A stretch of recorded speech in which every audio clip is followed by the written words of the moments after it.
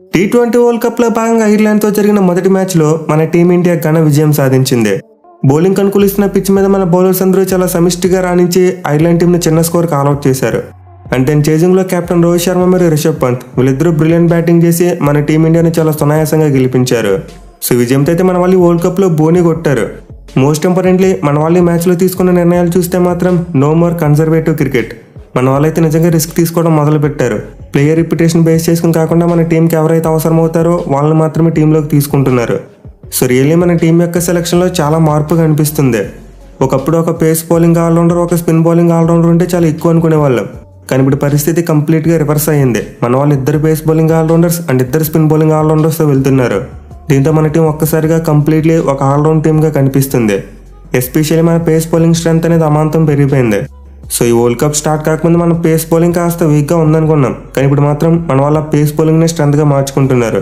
Mainly మ్యాచ్లో అయితే మన పేసర్స్ నిజంగా అద్భుతమైన బౌలింగ్ చేశారని చెప్పుకోవచ్చు. సో ఈ మ్యాచ్ కోసం అయితే పిచ్లో ఎలాంటి మార్పు లేదు. సౌత్ ఆఫ్రికా మరియు శ్రీలంక జట్ల మ్యాచ్ కోసం ఏ పిచ్ని అయితే యూజ్ చేశారో సేమ్ అదే పిచ్ని యూజ్ చేశారు. అండ్ ఇదైతే పిచ్ నెంబర్ 4, అంటే ఒక సైడ్కి కార్నర్లో ఉంది. సో బంగ్లాదేశ్తో వార్మప్ మ్యాచ్ ఆడినప్పుడు పిచ్ నెంబర్ 2ని యూజ్ చేశారు, అది మిడిల్లో ఉంది. బట్ ఇది కాస్త చివరకు ఉండడంతో ఒక సైడ్ బౌండరీ చిన్నగా ఉంది, ఒక సైడ్ బౌండరీ పెద్దగా కనిపించింది. అండ్ ఆల్సో పిచ్ బిహేవియర్లో కూడా ఎలాంటి మార్పు రాలేదు, కంప్లీట్లీ బౌలింగ్ అనుకూలించింది. ఎస్పెషల్లీ మరోసారి పేసర్స్ పండగ చేసుకున్నారు. సో ఇలాంటి పిచ్చెస్ మీద ఫస్ట్ బ్యాటింగ్ చేయడం కొంతవరకు రిస్క్ కాబట్టి మన టీమిండియా కెప్టెన్ టాస్ గెలిచి ముందుగా ఫీల్డింగ్ తీసుకున్నారు. అండ్ ముందు చెప్పుకున్నట్టే మన వాళ్ళ కాంబినేషన్ ఎక్కడ కూడా కన్జర్వేటివ్గా కనిపించలేదు. కుల్దీప్ యాదవ్ లాంటి ఒక ఇన్ఫార్మ్ బౌలర్ను కూడా మన వాళ్ళు ఆల్రౌండ్ ఆప్షన్ కోసం పక్కన పెట్టారు. సో యాక్చువల్గా చూసుకుంటే ఈ పిచ్ మీద థర్డ్ స్పెషలిస్ట్ సీమ్ బౌలర్ ఉంటే బెటర్. అండ్ దీనికోసం ఆబ్వియస్లీ మన వాళ్ళు సిరాజ్ని తీసుకోవాలి. బట్ ఆ తీసుకోవడం అక్షర్ పటేల్ ప్లేస్లో కాకుండా కుల్దీప్ యాదవ్ ప్లేస్లో తీసుకున్నారు. విచ్ మీన్స్ మనకున్న 2 స్పిన్ బౌలింగ్ ఆప్షన్స్ని కూడా ఆల్రౌండర్స్నే పెట్టుకున్నారు. సో ఇదైతే నిజంగా ఒక మంచి టాక్టికల్ మూవ్. ఎందుకంటే ఈ పిచ్ మీద స్పిన్నర్స్తో పెద్దగా పని ఉండదు. ఇన్ఫాక్ట్ మన మ్యాచ్ అప్పుడు కూడా చూసాం, అక్షర్ పటేల్ మరియు జడేజాకు కేవలం ఒక్క ఓవర్ మాత్రమే వేసే ఛాన్స్ వచ్చింది. సో పిచ్కి తగ్గట్టు ఎలాంటి కాంబినేషన్ కావాలో అలాంటి కాంబినేషన్తో వెళ్ళారు. At the same time batting డెప్త్ని కాంప్రమైజ్ అవ్వకుండా చూసుకున్నారు. ఇక ఐర్లాండ్ టీం చూసుకున్న మనం ప్రివ్యూలో చెప్పుకున్న ఆల్మోస్ట్ సేమ్ టీమ్నే దింపారు. ఒక క్రైగ్ యంగ్ ప్లేస్లో బెంజమిన్ వైట్ని తీసుకున్నారు. ఇది ఒక్కటే చేంజ్, మిగతాదంతా సేమ్ టు సేమ్. అయితే టాస్ ఓడిపోయి ముందుగా బ్యాటింగ్ వచ్చిన టీంకు అస్సలు మంచి స్టార్ట్ రాలేదు. ఇనీషియల్గా వాళ్ళ ఓపెనర్స్ చాలా స్ట్రగుల్ అయ్యారు. ఎస్పెషల్లీ హర్షదీప్ సింగ్ మరియు సిరాజ్ ఎర్లీ ఓవర్స్లో చాలా టైట్ బౌలింగ్ చేశారు. సో ఫస్ట్ ఓవర్స్లో ఐర్లాండ్ టీం కేవలం 7 పరుగులు మాత్రమే చేసింది. దీంతో 3 ఓవర్లు హర్షదీప్ సింగ్ మీద అటాక్ చేద్దామని చూశారు. బట్ అలా అటాక్ చేసే క్రమంలోనే పాల్ స్టిర్లింగ్ హర్షదీప్ సింగ్ బౌలింగ్లో అవుట్ అయిపోయాడు.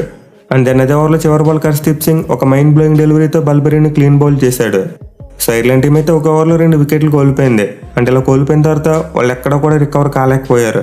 మెయిన్లీ లార్కన్ టక్కర్ మరియు హ్యారీ టెక్టర్ వీళ్ళిద్దరూ బ్యాటింగ్ చేయడానికి చాలా కష్టపడ్డారు. ఇన్ఫాక్ట్ 5 ఓవర్లు హర్షదీప్ సింగ్ ఎక్కువ వైడ్లు వేసి రన్స్ ఇచ్చాడు, కానీ లేకపోతే ఐర్లాండ్ టీం పవర్ ప్లేలో 20 రన్స్ కూడా కొట్టుండేది కాదు. ఎందుకంటే టక్కర్ 13 బంతుల్లో 10 పరుగులు చేస్తే హ్యారీ టెక్టర్ 16 బంతుల్లో 4 పరుగులు మాత్రమే చేశాడు. సో ఐర్లాండ్ బ్యాట్స్మెన్ అయితే పవర్ ప్లేలో అసలు ఎక్కడ కూడా రన్స్ కొట్టలేకపోయారు. 2 వికెట్లు కోల్పోయి 26 పరుగులు మాత్రమే చేశారు. అండ్ ఈ 26 రన్స్లో 13 రన్స్ హర్షదీప్ సింగ్ వేసిన 5 ఓవర్లు వచ్చాయి. అంటే వాళ్ళు మిగతా 5 ఓవర్లలో కొట్టింది కేవలం 13 పరుగులు మాత్రమే. అంటే దీన్ని బట్టి అర్థం చేసుకోవచ్చు మన ఫాస్ట్ బౌలర్స్ పవర్ ప్లేలో ఎంత మంచిగా బౌలింగ్ చేశారనేది. ఇక తర్వాత మిడిల్ ఓవర్స్లో చూసుకున్న మన టీమిండియా బౌలర్స్ ఎక్కడ కూడా ఐర్లాండ్ టీంకు ఛాన్స్ ఇవ్వలేదు. ఇన్ఫాక్ట్ మిడిల్ ఓవర్స్లో ఇంకా ఎక్కువ వికెట్స్ తీయడం మొదలుపెట్టారు. Especial Hardik Pandya brilliant bowling చేశాడు. తను వేసిన ఫస్ట్ ఓవర్లో ఒక మంచి ఇన్కమింగ్ డెలివరీతో టక్కర్ను క్లీన్ బౌల్ చేశాడు. అంటే నెక్స్ట్ ఓవర్లో బుమ్రా ఒక బౌన్సర్తో టక్కర్ను అవుట్ చేశాడు. దీంతో క్రీజ్లో సెట్ అయ్యారనుకున్న ఇద్దరు బ్యాట్స్మెన్ కూడా అవుట్ అయిపోయారు. ఇక తర్వాత చూసుకున్న మన బౌలర్స్ ప్రతి ఓవర్లో కూడా వికెట్ తీస్తూనే ఉన్నారు. నెక్స్ట్ మళ్ళీ 9 ఓవర్లో హార్దిక్ పాండ్యా క్యాంపర్ వికెట్ తీశాడు. అంతే మళ్ళీ 10 ఓవర్లో సిరాజ్ డాక్టర్లను అవుట్ చేశాడు. మళ్ళీ హార్దిక్ పాండ్యా బౌలింగ్కి వచ్చి తన 3 ఓవర్లో మార్కెడర్ వికెట్ తీశాడు. ఈవెన్ తర్వాత అక్షర్ పటేల్ కూడా తను వేసిన ఫస్ట్ ఓవర్లోనే బ్యారీ మెకార్తీ వికెట్ తీసుకున్నాడు. సో పవర్ ప్లే ముగిసిన తర్వాత ఓవర్ నెంబర్ 7 నుండి ఓవర్ నెంబర్ 12 వరకు ఐర్లాండ్ టీం ఈ 6 ఓవర్స్లో 6 వికెట్స్ కోల్పోయింది. ఇన్ఫాక్ట్ వాళ్ళ స్కోర్ 36 ఫర్ 3 దగ్గర నుండి 50 ఫర్ 8గా మారిపోయింది. సో మిడిల్ ఓవర్స్లో క్యాంపర్ కొట్టిన ఒక 6 and 4 తప్పిస్తే మిగతా ఐర్లాండ్ బ్యాట్స్మెన్ ఎవరు కూడా ఏం చేయలేకపోయారు. దీంతో టీం ఒక 60 రన్స్ కూడా కొట్టకుండా ఆల్అౌట్ అయిపోతుందేమని అనుకున్నాం. కానీ చివరిలో మాత్రం డెల్నీ మరియు జాస్ లిటిల్ మధ్య ఒక మంచి పార్ట్నర్షిప్ వచ్చింది. వీళ్ళిద్దరూ 9వ వికెట్కు చాలా క్విక్గా 27 పరుగుల పార్ట్నర్షిప్ యాడ్ చేశారు. మెయిన్లీ డెన్లీ చాలా మంచి బ్యాటింగ్ చేశాడు. బౌలర్స్ అనుకూలిస్తున్న పిచ్ మీద 14 బంతుల్లోనే 26 పరుగులు చేశాడు. అలాగే జాస్ లిటిల్ చూసుకున్న 13 బంతుల్లో 14 పరుగులు చేశాడు. సో ఐర్లాండ్ టీం యొక్క మెయిన్ బ్యాట్స్మెన్ తడబడ్డ చోట వాళ్ళ లోయర్ ఆర్డర్ బ్యాట్స్మెన్ చాలా గట్టిగా నిలబడ్డారు. దీనివల్ల 60 పరుగులు ఆల్అౌట్ అయిపోతారు అనుకున్న టీం 96 పరుగుల వరకు చేయగలిగింది. అండ్ ఆల్సో చివరిలో మన బౌలర్స్ చూసుకున్న కాస్త గ్రీడీగా కనిపించారు. వికెట్స్ తీసుకోవాలని చెప్పి కొంతవరకు ఎక్కువగా ట్రై చేశారు. ఒక బుమ్రా మాత్రమే తన ఓల్డ్ స్టైల్ యార్కర్తో జాస్ లిటిల్ వికెట్ తీశాడు.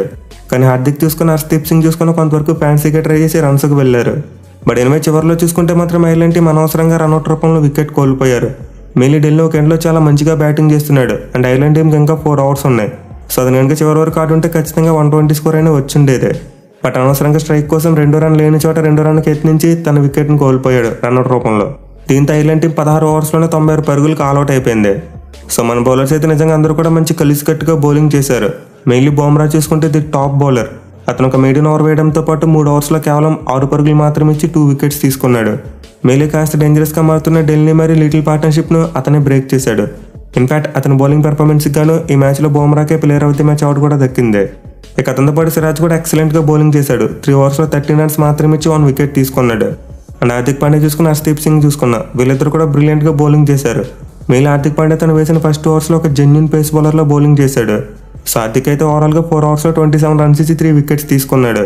ఇన్ఫాక్ట్ లాస్ట్ ఓవర్లో కాస్త ఎక్కువ రన్స్కి వెళ్ళాడు కానీ లేకపోతే తన బౌలింగ్ ఫిగర్స్ ఇంకా మంచిగా ఉండేవి. ఇక హర్షదీప్ సింగ్ చూసుకున్న ఫస్ట్ ఓవర్స్లో చాలా మంచిగా బౌలింగ్ చేశాడు. తక్కువ రన్స్ ఇవ్వడంతో పాటు 2 వికెట్స్ కూడా తీసుకున్నాడు. కానీ చివరికి అతను వేసిన 2 ఓవర్స్లో మాత్రం చాలా ధారాళంగా రన్స్ ఇచ్చాడు. మెయిన్ అతని బౌలింగ్ ఇన్యాక్యురసీ ఎక్కువ కనిపించింది. ఒక నో బాల్తో పాటు 9 వైడ్ బాల్స్ వేశాడు. హర్షదీప్ సింగ్ అయితే 4 ఓవర్స్లో 35 రన్స్ ఇచ్చి 2 వికెట్స్ తీసుకున్నప్పటికీ అతని బౌలింగ్లో మాత్రం ఇంకా ఇంప్రూవ్మెంట్ రావాలి. మెయిన్లీ యాక్యురసీ పెరగాలి. బుమ్రాలో అయితే ఒక ఎక్స్ట్రా రన్ కూడా ఇవ్వకుండా యాక్యురేట్గా బౌలింగ్ చేశాడో హర్షదీప్ సింగ్ కూడా అలాంటి స్కిల్ నేర్చుకోవాలి. సో మన 4 పేస్ బౌలర్స్ అయితే నిజంగా అద్భుతంగా బౌలింగ్ చేశారని చెప్పుకోవచ్చు. ఈవెన్ స్పిన్నర్స్ చూసుకుని అక్షర్ పటేల్ తను వేసిన ఫస్ట్ ఓవర్లోనే వికెట్ తీశాడు. మెయిన్ అతను పట్టిన రిటర్న్ క్యాచ్ నిజంగా ఒక ఎక్సలెంట్ క్యాచ్. అండ్ జడేజా చూసుకున్న తను వేసిన 1 ఓవర్లో 7 పరుగులు మాత్రం ఇచ్చాడు. సో ఓవరాల్గా మన వాళ్ళ బౌలింగ్ పెర్ఫార్మెన్స్ అయితే అదిరిపోయింది. అయితే చేజింగ్లో చూసుకుంటే మాత్రం మన టీమిండియా బ్యాట్స్మెన్ కొంతవరకు ఫ్రీ ఫ్లోయింగ్ బ్యాటింగ్ చేసేందుకు ఇబ్బంది పడ్డారు. అఫ్కోర్స్ పిచ్ అయితే బ్యాటింగ్ చేయడానికి చాలా డిఫికల్ట్గా ఉంది. అండ్ దీనివల్ల మన బ్యాట్స్మెన్ ఈజీగా బౌండరీస్ కొట్టలేకపోయారు. Especially Virat Kohli strike rotate చేయడానికి కాస్త ఇబ్బంది పడ్డాడు. సో మనం అందరం అనుకున్నట్టే విరాట్ కోహ్లీ మరియు రోహిత్ శర్మ ఓపెనింగ్ చేశారు. అండ్ వీళ్ళిద్దరు కలిసి మొదటి వికెట్కి 2.4 ఓవర్స్లో 22 పరుగులు యాడ్ చేశారు. కానీ వీటిలో చూసుకుంటే కోహ్లీ 1 పరుగు మాత్రమే చేసి మార్కెడర్ బౌలింగ్లో అవుట్ అయిపోయాడు. ఇన్ఫాక్ట్ రోహిత్కి చూసుకున్న ఫస్ట్ 2 బౌండరీస్ చాలా లక్కీగా వచ్చాయి. ఒకటేమో స్లిప్ ఫీల్డర్ చేతిలోంచి వెళ్ళిపోయింది అండ్ ఇంకోటేమో ఇన్సైడ్ ఎడ్జ్ తగిలి ఫైన్ లెగ్ వైపు వెళ్ళింది. బట్ ఎనివే రిషబ్ పంత్ వచ్చిన తర్వాత మెల్లగా థింగ్స్ అనేవి సెటిల్ అయ్యాయి. మన బ్యాట్స్మెన్ స్లోగా తమ షాట్స్ని ఫైండ్ చేయడం మొదలు పెట్టారు. Especially Rohit Sharma pull shots ద్వారా 2 సిక్సర్లు కొట్టాడు. అవి అయితే నిజంగా మైండ్ బ్లోయింగ్. ఏ పిచ్ మీద అయినా సరే ఎలాంటి కండిషన్స్ అయినా సరే నాకు షార్ట్ బాల్ వేస్తే దాన్ని స్టాండ్స్లోకే పంపుతా అన్నట్టు యారగెన్స్తో కొట్టాడు 2 షాట్లు. అలాగే పని చూసుకున్న మరోసారి నెంబర్ 3లో చాలా క్యాలిక్యులేటివ్ బ్యాటింగ్ చేశాడు. మెయిన్లీ టాప్ ఆర్డర్లో బ్యాటింగ్ రావడం అతను గేమ్ స్టైల్ని కంప్లీట్గా మార్చేసింది. నిజంగా ఈ మూవ్ అయితే మనకు వరల్డ్ కప్లో ఒక గేమ్ చేంజర్గా మారే అవకాశాలు ఎక్కువగా కనిపిస్తున్నాయి. సో ఇద్దరు కలిసి అయితే 44 బంతులు 54 పరుగుల పార్ట్నర్షిప్ యాడ్ చేశారు. అండ్ ఈ పార్ట్నర్షిప్ వల్ల మన టీమిండియాకి విజయం చాలా సులువుగా వచ్చేసింది. మెయిన్లీ మ్యాచ్లో రోహిత్ శర్మ 37 బంతులు 52 పరుగులు చేశాడు. సో హాఫ్ సెంచరీ ద్వారా అయితే రోహిత్ శర్మ చాలా రికార్డ్స్ను బ్రేక్ చేశాడు. మెయిన్లీ T20 ఫార్మాట్లో మన టీమిండియా తరపున 4000 పరుగుల మార్క్ను అందుకున్నాడు. సో ఇప్పటివరకు 3 ఫార్మాట్స్లో 4000 కంటే ఎక్కువ రన్స్ చేసిన 2వ ప్లేయర్గా అతను రికార్డ్ క్రియేట్ చేశాడు. ఫస్ట్ ప్లేస్లో విరాట్ కోహ్లీ ఉన్నాడు. అలాగే రోహిత్ శర్మ ఈ మ్యాచ్లో మొత్తం 3 సిక్స్లు కొట్టాడు. అండ్ 3 సిక్స్ల ద్వారా అంతర్జాతీయ క్రికెట్లో 600 సిక్సర్ల మార్కును అందుకున్నాడు. సో ఇప్పటివరకు ఏ బ్యాట్స్మెన్ కూడా ఈ రికార్డును చేరుకోలేదు. అలాగే అతను మన టీమిండియా తరపున ఐసీసీ లిమిటెడ్ ఓవర్స్ టోర్నమెంట్స్లో మొత్తం 100 సిక్స్లు కొట్టాడు. సో ఈ రికార్డ్ కూడా ప్రీవియస్గా ఇండియన్ బ్యాట్స్మెన్ అందుకోలేకపోయాడు. ఇక కెప్టెన్గా చూసుకున్న మన టీమిండియా తరపున రోహిత్ శర్మకి ఇది T20లో 42వ విజయం. అండ్ విక్టరీతో అతను MS ధోని రికార్డును కూడా క్రాస్ చేశాడు. సో ఓవరాల్గా చూసుకుంటే రోహిత్ శర్మ ఐపీఎల్ అంత మంచి ఫామ్లో లేకపోయినప్పటికీ మరోసారి అంతర్జాతీయ క్రికెట్ అంటే రెచ్చిపాడతానని చెప్పి ఈ మ్యాచ్ ద్వారా నిరూపించాడు. మెయిన్లీ 50 వల్ల అతనికి మంచిగా కాన్ఫిడెన్స్ పెరుగుతుంది. అలాగే పాకిస్తాన్తో మ్యాచ్కి ముందు మంచి బ్యాటింగ్ ప్రాక్టీస్ కూడా అయ్యింది. అయితే సాడ్ థింగ్ ఏంటంటే రోహిత్ శర్మ షోల్డర్ ఇంజరీ కారణంగా రిటైర్డ్గా వెంతిరిగాడు. సో ఇంజరీ అయితే రోహిత్ శర్మ బయటకు వెళ్ళిన టైంలో జరిగింది కాదు. ప్రీవియస్గా 9 ఓవర్లోనే జాస్ లిటిల్ వేసిన 1 బాల్ తన షోల్డర్కు తగిలింది. అండ్ ఆ తర్వాత చూసుకున్న రోహిత్ శర్మ 2 సిక్స్లు కూడా కొట్టాడు. బట్ తను 50 కంప్లీట్ చేసిన తర్వాత బయటికి వెళ్ళిపోయాడు. అయితే ఇంజరీ గురించి భయపడాల్సింది ఏమీ లేదంటే తర్వాత పోస్ట్ మ్యాచ్ ఇంటర్వ్యూలో చెప్పాడు. సో ఇదైతే జస్ట్ ఒక పైన ఇంజరీ మాత్రమే. ఇంజరీ వల్ల కొంతవరకు షోల్డర్ పెయిన్ వచ్చిందంట, అందుకే బయటికి వెళ్ళిపోయా అని చెప్పుకొచ్చాడు.